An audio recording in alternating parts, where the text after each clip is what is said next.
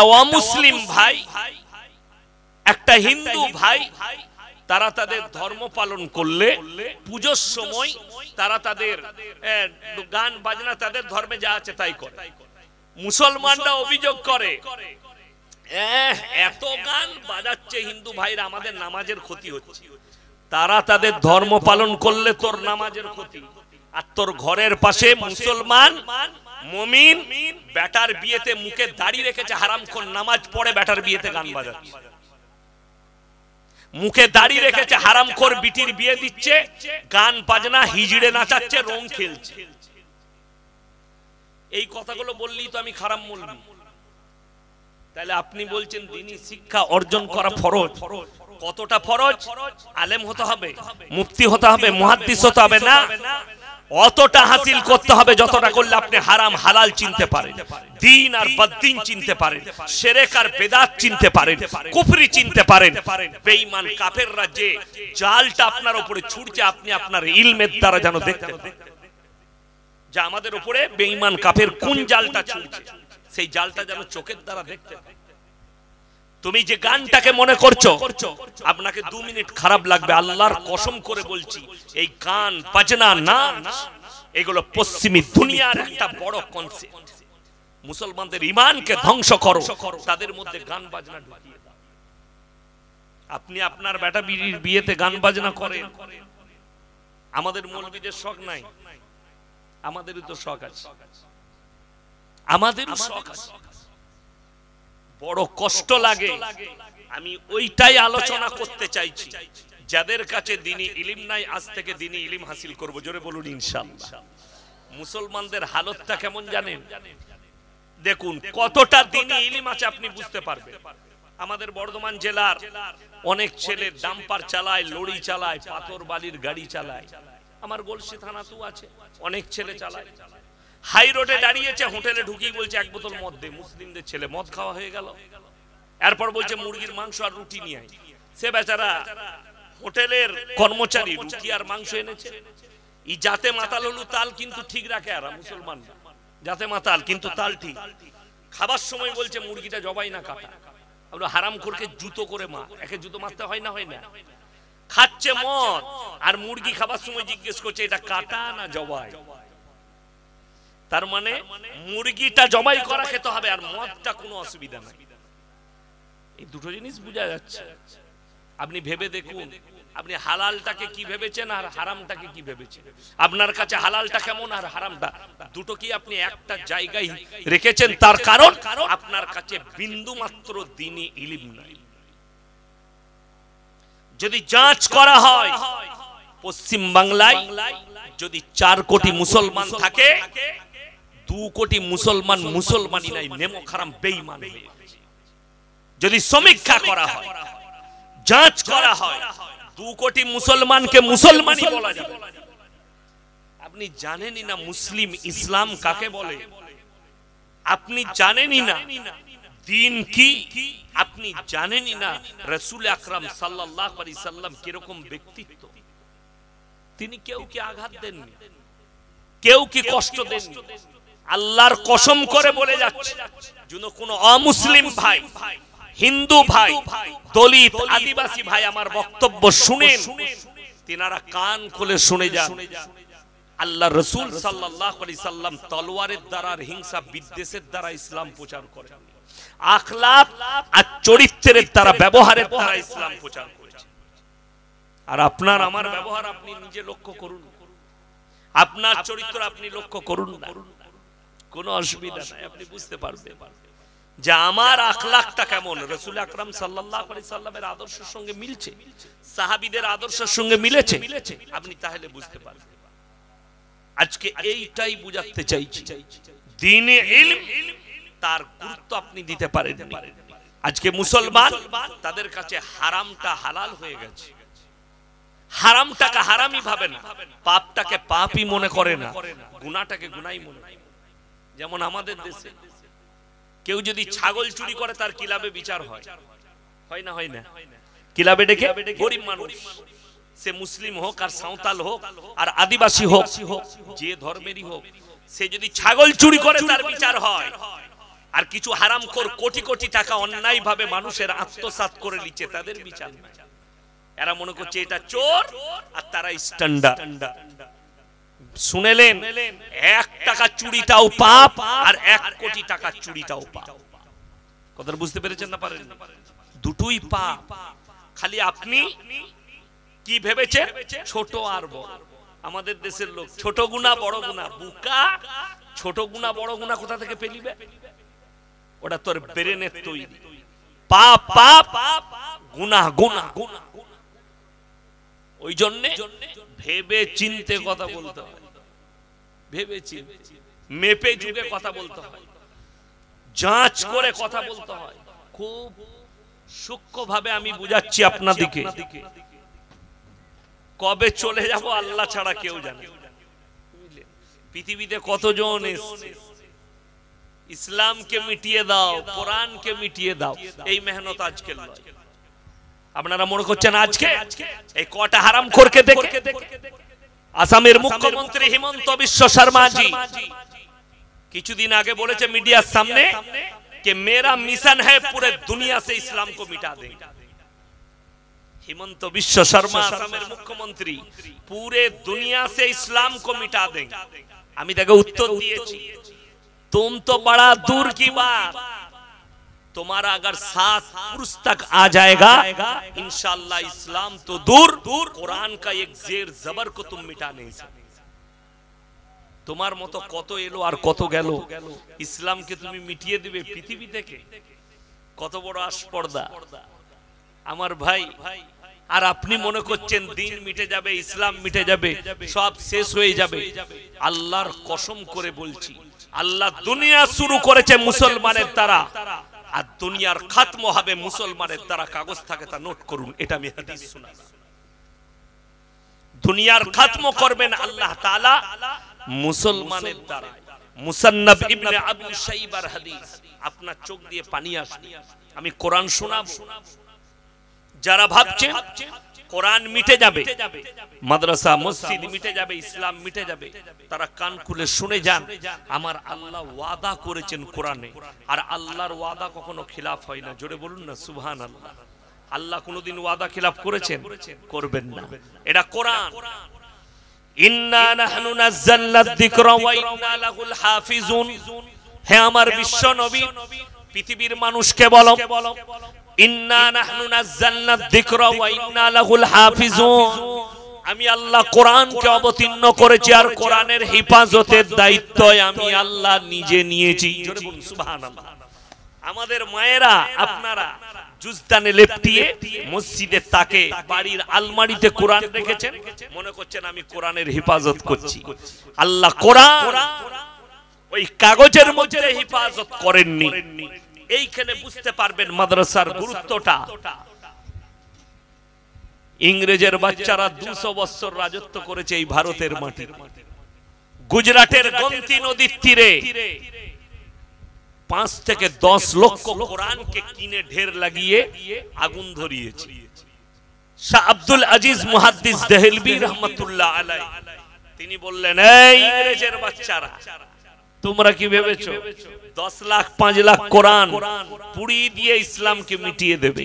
1 কোটি কোরআন জ্বালিয়ে দিয়ে ইসলামকে মিটিয়ে দেবে? তো এটা তোমাদের স্বপ্ন। বলে কেন?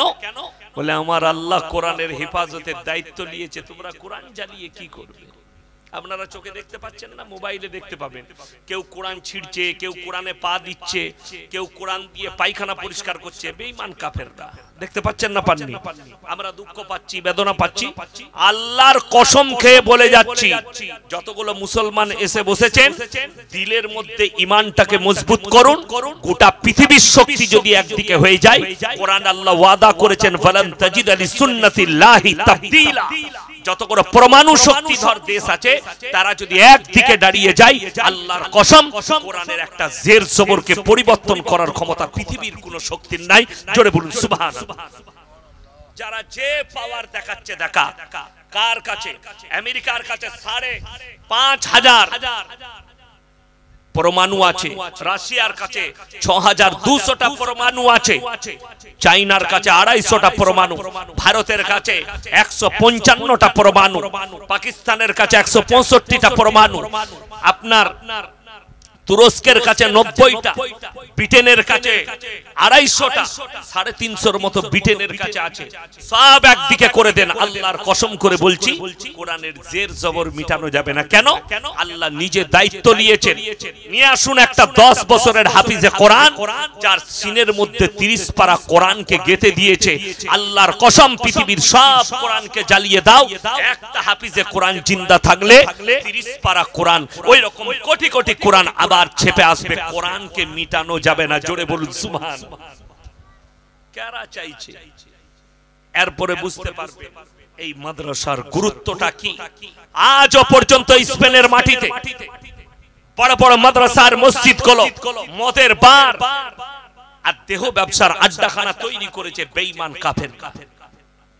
আপনি যদি সচেতন না হন, আজকে ভেবে দেখুন আমাদের কাছ থেকে আমাদের সন্তানরা মেহরুম হয়ে যাচ্ছে দিন থেকে। তারা বদদিনীর দিকে ছুটছে, বেঈমান কুফরির দিকে ছুটছে। অবাক হবেন যারা বাচ্চার মা আছেন, যারা বাবা আছেন, তারা নিজেদের সন্তানের আখলাক আর চরিত্রগুলো নিজের চোখে আপনারা দেখেন। আমি কিছু বলবো না, কেউ কি চিনেও না, আপনি ভেবে খালি তাদের দিকে তাকিয়ে দেখবেন তাদের চরিত্রগুলো কেমন, তাদের আখলাকগুলো কেমন। ওই জন্য আমার মুসলমান ভাই, আমি অনুরোধ করব প্রত্যেকটা ভাইকে হাত তুলে বলুন আমরা আমাদের বাচ্চাদেরকে দ্বীনি শিক্ষা দেব। জোরে বলুন ইনশাআল্লাহ। এই জোরে বলুন ইনশাআল্লাহ।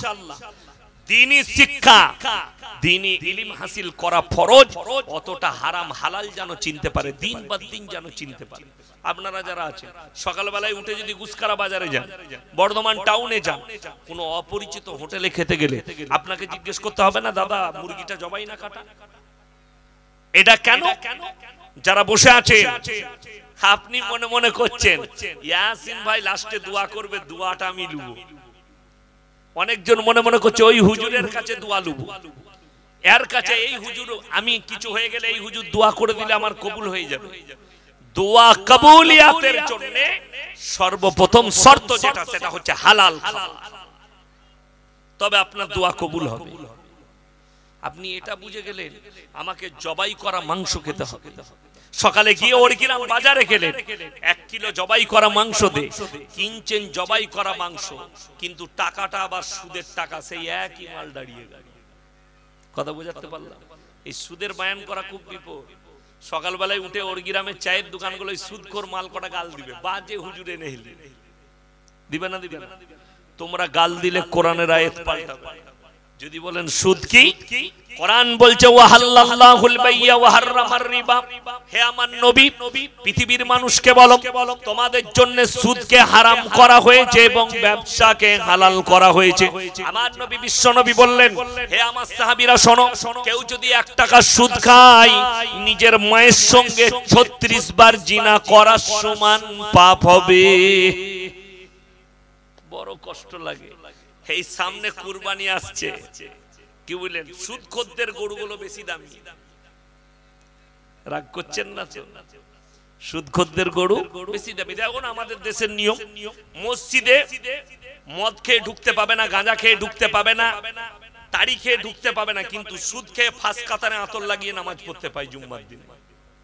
এটা আমাদের দেশের নিয়ম, কোনো অসুবিধা নাই। সুদ খেয়ে ফাঁস কাতারে নামাজ পড়ে। তাদের আবার সুদ খেয়ে বড় লোক হয়ে গেলে তাদের আবার সম্মান আলাদা। আমি বললি খারাপ বলি, আপনি বলুন, আমাকে যা বলবেন বলেলেন, আমি তোমার গাল খেতে রাজি আছি। আল্লাহর কসম করে বলছি আমি আমার বয়ান থেকে সরব না, আমি আমার ভাষা থেকে সরব না। হারাম হারাম, হালাল হালাল। কখনো কোরআনের আয়াতকে লড়াতে পারবে না। আমাকে হয়তো স্টেজ থেকে নামিয়ে দিবেন, সুদকে আপনি এই ধরনের মানুষকে আক্রমণ করে কথা বলছেন, আমি নেমে চলে যাব বাড়ি। কিন্তু আল্লাহর কসম কোরআনের আয়াতকে সরাবার ক্ষমতা তোমার 14 পুরুষের নেই।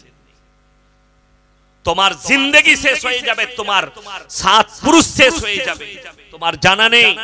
কোরআন খুলে দেখলে বুঝতে পারবে তোমার পূর্বে কত জাতিকে আল্লাহ মাটির সাথে মিশিয়েছে। ফেরাউনের মতো জালিম বাদশা, সে বলেছে আলা রাব্বুকুমুল আলা, আমি হচ্ছি সর্বেসর্বা। আল্লাহ তাকে এমন মৃত্যু দিয়েছে, সে চেয়েছিল মুসাকে মিটিয়ে, আল্লাহ তাকে মিটিয়ে দিয়েছে। নমরুদ চেয়েছিল ইব্রাহিমকে জ্বালাবো, নিজে শেষ হয়ে মিটে গেল। আল্লাহর কসম করে বলছি, ইব্রাহিম নবীর একটা পশম জ্বালাতে পারেনি। যখনই আগুনে নিক্ষেপ করবে, আল্লাহ হুকুম দিয়েছে আগুনকে, কুল্লা ইয়া নারুকুনি বারদাম ওয়া সালামান আলা ইব্রাহিম, আগুন তুমি ক্ষান্ত হও, তোমার ক্ষমতা নেই, আমার ইব্রাহিমের একটা পশমকে তুমি জ্বালাও। আগুন ঠান্ডা, ইব্রাহিম নবীর পশম জ্বালাতে পারে। আর কি দুটো ছুঁচো পুচো বেরিয়েছে, এরা বলছে ইসলামকে মিটিয়ে দেব, কোরআনকে মিটিয়ে দেব। তোমার অস্তিত্ব থাকবে নাকি তুমি ভেবে দেখো। তোমার বাপের অস্তিত্ব আছে কিনা, তোমার দাদর অস্তিত্ব আছে কিনা, তোমার দাদর বাপের অস্তিত্ব আছে কিনা। আল্লাহ সকলের অস্তিত্ব আস্তে আস্তে মিটাবে, এই পৃথিবীর অস্তিত্ব আল্লাহ মিটাবে। যখন যে জিনিসটা মিটে যায়, জানবেন তার অহংকার করা চলে না। আমরা একদিন মারা যাব না, যাব না? কথা বলেন। এখানে কে আছেন একজন হাত তুলে বলুন, আমি জীবনে মরবো না? কে আছে? সবাই মারা যাব। তাহলে অহংকার কিসের করেন? শক্তির, পয়সার, দৌলতে। আল্লাহর কসম করে বলছি, এগুলো আল্লাহর কাছে একটাও কাজে না। ওষুধে আর ডাক্তার পানিতে যদি কেউ বেঁচে যেত, ডাক্তারের দ্বারা যদি কোনো মানুষ বেঁচে যেত, তা পশ্চিম বাংলায় সব থেকে প্রথম যিনি বাঁচতেন তিনি হচ্ছেন আমাদের জ্যোতি বাবু। আমেরিকা থেকে বাই প্লেন ডাক্তার আনা হয়েছিল, তারপরেও বাঁচাতে পারে। আর আপনি বলছেন আমার টাকা আছে, আমি টাকার দ্বারা বেঁচে যাব। আপনার টাকা আছে, আপনি খেতে পাবেন না। আরে ফিল্মের একজন আর্টিস্ট আছে, তার নাম হচ্ছে জাভেদ জাফরি। তাকে একটা মুসলিম ছেলে একটা কনফারেন্সে প্রশ্ন করছে कि मेरा एक सवाल है। क्या सवाल? कि आज पूरे दुनिया के लोग दुनिया के पीछे भाग रहा है, মানুষ আজকে দুনিয়ার পেছনে ছুটছে। তিনি বললেন, तुम कौन से धर्म से हो? बोले मैं मुसलमान हूं। তাকে উত্তর দিয়েছে এত মারাত্মক উত্তর, कि मुसलमान तू दुनिया के पीछे मत भाग, तू 1400 साल पीछे चला जा, दुनिया तेरे पीछे भागे। আপনারা হয়তো অনেকে উর্দু বুঝেন, এই ভাষাটার অর্থ মুসলমান তুমি 1400 বছর পেছনে চলে যাও, দুনিয়া তোমার পেছনে ছুটবে। তার প্রুফ যদি দিলেন আমি স্টেজে দেব, তার প্রুফ যদি দিলেন আমি স্টেজে দেব। আমি খুদ নিজে বসে আছি। এই 15 দিন আগে আমি গুজরাটে এক সপ্তাহ ছিলাম সফরে, তার আগে মুম্বাইয়ে ছিলাম। তো আশ্চর্যের বিষয়, এত দাওয়াত আসছে, আমরা তো জানি না। একজন হোটেলে খাওয়াতে নিয়ে গেল, দামি হোটেলে। কি কি খাবেন? আমরা খাবারের নাম আমরা জানি না। আল্লাহ হালাল খাবার হলে যেটা আসবে আল্লাহ দিবে, খেয়ে নেব। আল্লাহ আমাদের তকদিরে লিখে দিয়েছে, মৌলবীদের তকদিরে লোকের ঘরে খাবি। আমাদের তকদিরে লেখা আছে না, লোকের ঘরে খাবি। দাও। আমি গত পরশু কলকাতা যাচ্ছিলাম জুম্মার দিনে। তো আমি আমার ম্যানেজারকে বললাম, নেটে সার্চ করো পালসিটের পরে মসজিদ কোথায় আছে, হাই রোডের গায়ে জুম্মা পড়ব। তো একটা নাম এলো আলিপুর বলে একটা গ্রাম, আমরা ওখানে পড়ো, 300 মিটারের মধ্যে মসজিদ। ঢুকলাম, আমি গিয়ে পেছনে বসলাম। ইমাম সাহেব বয়ান করছিলেন, আমাকে দেখতে পাননি, খুতবার সময় দেখেছি নামাজ পড়ানোর জন্য। বলছে হুজুর আগে জানলে আপনাকে দিয়ে বয়ান করাতাম, নামাজ পড়াতাম। আমি বেরিয়ে গেছে গাড়িতে বসে গেছি। তো কিছু মানুষ চলে এলো, তাদের পরিবারের লোক এসে গাড়ির সামনে দাঁড়িয়ে গেল, হুজুর এক মুঠো খেয়েই যেতে হবে। আমরা না, আমি খাবো না, বাড়ি থেকে খেয়ে বেরিয়েছি। না, আপনাকে মোবাইলে দেখি খেতেই হবে। গেলাম, লাগাও দস্তরখান। তারপরে দেখছি পোলাও, মুরগি, গোশ আর ডিম। আমি আমার ড্রাইভারকে বললাম, এটার নাম হচ্ছে আল্লাহ, রুজি আল্লাহ। এরপরে হাদিসটা শুনেলেন, রাসূল আকরাম সাল্লাল্লাহু আলাইহি সাল্লামের হাদিস, যারা আল্লাহর রাস্তায় দ্বীনের পথে থাকবে, হে আমার সাহাবীরা, আল্লাহ রাব্বুল আলামিন আমতে। আমি আপনাদের পাশের থানার মানুষ, গলসি থানা, আউসগ্রাম গলসি লেগে আছে। তো গোটা আউসগ্রাম থানায় বড় মাদ্রাসা একটাও নেই। তো আলহামদুলিল্লাহ ওর গ্রামের মানুষের উপরে আল্লাহর রহমত, মাদ্রাসাও আছে। এবং আমি এসে শুনলাম যে আমার দুজন দিন দরদি ভাই জায়গা দিয়েছেন মাদ্রাসার বিল্ডিং বানানোর জন্য। আমি আজকে বক্তব্য যেটা শুরু করব সেটা হচ্ছে ইসলামের বুনিয়াদ। ইনি আমাদের খুব কাছের মানুষ, মাস্টার মহাশয়, আরো সব শিক্ষিতরা আছে, doctor, master, professor, engineer, MSc, BSc, BCom. যদি কেউ একজন থাকেন, একজন খালি বলে দেন পৃথিবীর প্রথম সভ্যতার নাম। পৃথিবীর বললাম, ইসলামেরও বলিনি, কোন ধর্মের নাম নেই, পৃথিবী প্রথম সভ্যতার নাম যে বলে দিবেন আমি 100 টাকা চা খেতে দিয়ে যাব, যদি কেউ বলতে পারে।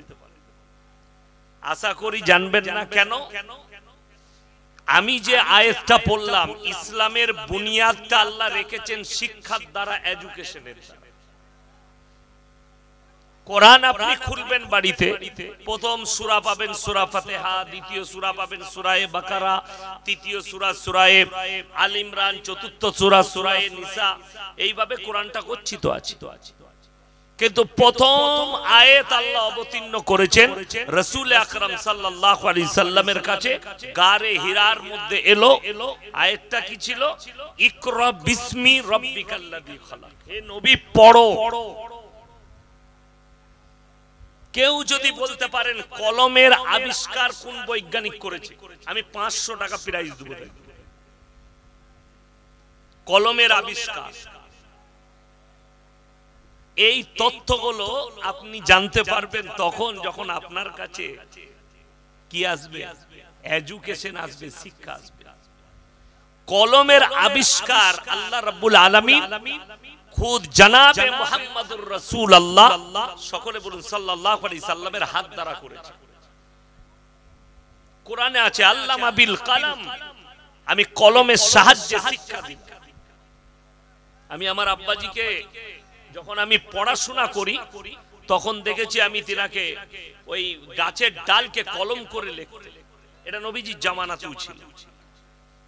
পাথরকে ঘষে কালার তৈরি করা হতো রাসূল আকরাম সাল্লাল্লাহু আলাইহি সাল্লামের জামানায়। আর ওই গাছের ডাল দিয়ে কলম বানিয়ে লেখা, এটা রাসূলের জামানায়। আর আল্লাহ আবিষ্কার করলেন কলমের নবীজির হাত দ্বারা। রাসূল আকরাম সাল্লাল্লাহু আলাইহি সাল্লাম এমন একজন বৈজ্ঞানিক, তিনার হাত দ্বারাই শিক্ষা এবং কলমের আবিষ্কার হয়েছে। বলুন সুবহানাল্লাহ। পৃথিবীর প্রথম সভ্যতার নাম মিশরের মুসলিম সভ্যতা। যাদের জানা নাই জেনে যান। পৃথিবীর দ্বিতীয় সভ্যতার নাম স্পেনের মুসলিম সভ্যতা। পৃথিবীর প্রথম দুটো সভ্যতা এই দুটো। স্পেন কোন খ্রিস্টান, ইহুদি, নাসারাদের দেশ ছিল না, ওটা ছিল মুসলিম রাষ্ট্র। আল্লামা ইকবালের একটা দামি কথা আছে, তিনি লিখেছেন ইস ঘর কো আগ লাগি ঘর কি চিরা। মুসলমান, তোমরা নিজেদের ঘর নিজের আগুন ধরিয়েছো। তার কয়েকটা প্রুফ দিয়ে যাব, তাহলে আপনি মাদ্রাসার গুরুত্বটা বুঝে যাবেন। তাহলে আপনি বুঝে যাবেন যে দ্বীনি শিক্ষা, দুনিয়াবি শিক্ষার কতটা প্রয়োজন। এটা আপনার মধ্যে গুরুত্ব আসবে। আমাদের কোন আলেম, কোন মৌলবি জীবনে কোনদিন বলিনি কি যে স্কুলে পড়া যাবে না, ডাক্তার হওয়া যাবে না, মাস্টার হওয়া যাবে না। কে বলেছে? হাফেজে কোরআন হওয়ার পরেও আপনি কি করতে পারবেন? হাফিজে কোরআন হওয়ার পরেও আপনি ডাক্তার হতে পারবেন, মাস্টার হতে পারবেন, প্রফেসর হতে পারবেন। আপনি হাফেজ হন, আলেম হন, সব হবেন। আপনার সন্তান আবার ইঞ্জিনিয়ার হবে, ডাক্তার হবে, প্রফেসর হবে, সবই। এখানে যারা বসে আছেন টুপি লাগিয়ে, ইমানদারির সঙ্গে বলবেন, প্রত্যেকটা মুসলমান নরনারীর জন্য দ্বীনি ইলম হাসিল করা কি বাবা ফরজ বলছেন তো? আর আমি চ্যালেঞ্জ ছুড়ে বললাম, আমি ওর গ্রামকে শুধু বলবো না, গোটা আউসগ্রাম থানায় যদি সমীক্ষা করা হয় কত পার্সেন্ট মুসলমানের কাছে দ্বীনি শিক্ষা আছে, দ্বীনি ইলম আছে? 95% মুসলমানের কাছে দ্বীনি ইলম নাই। মিথ্যা বললাম না সত্য বললাম? যদি মনে করা হয় আপনারা ভাবেন যে ইয়াসিন সাহেব মিথ্যা বলছে, তা আমাকে একদম সঙ্গে সঙ্গে চার্জ করবেন, আমি তোমাকে দিয়ে প্রমাণ করাবো। আমি নাম করব না, জায়গার নাম করব না, সেটা আমার গ্রামও হতে পারে, আমার গলসি থানাও হতে পারে, অনেকজনের গায়ে লেগে যাবে। ইউটিউবে রেকর্ডিং হচ্ছে, এমনি আমি গাল খাওয়া বক্তা, লোকে গাল দেয়, তো আমি ওই জন্য বেশি চাপ দেবো না। মাদ্রাসার জলসা তো হালকা করে ডোজ দিয়ে যাব। আজকে আপনাকে বলে দিই, জিজ্ঞেস করুন আপনারা যারা বসে আছেন, আচ্ছা ইমানদারির সঙ্গে বলুন, গান বাজনা ইসলামী শরীয়তে জায়েজ না না জায়েজ? আমি শুনতে পাচ্ছি না, জোরে বলুন। না জায়েজ। যদি না জায়েজ হয়, আমি অনেক জায়গায় দেখছি মুসলমানরা ঈদ উপলক্ষে বুগি বুগি ড্যান্স করছে। ঠিক বললাম না ভুল বললাম? ঈদ উপলক্ষে গান বাজনা, ঈদ উপলক্ষে ফাংশন, ঈদ উপলক্ষে বুগি বুগি ড্যান্স। শুধু এইটাই নয়, এই মুসলমান বলছে গান বাজনা হারাম, অথচ আবার মুসলমানরাই বেটা বিটির বিয়েতে 3 দিন ধরে গান বাজনা করছে। এদের থেকে বড় হারামখোর কেউ আছে পৃথিবীতে?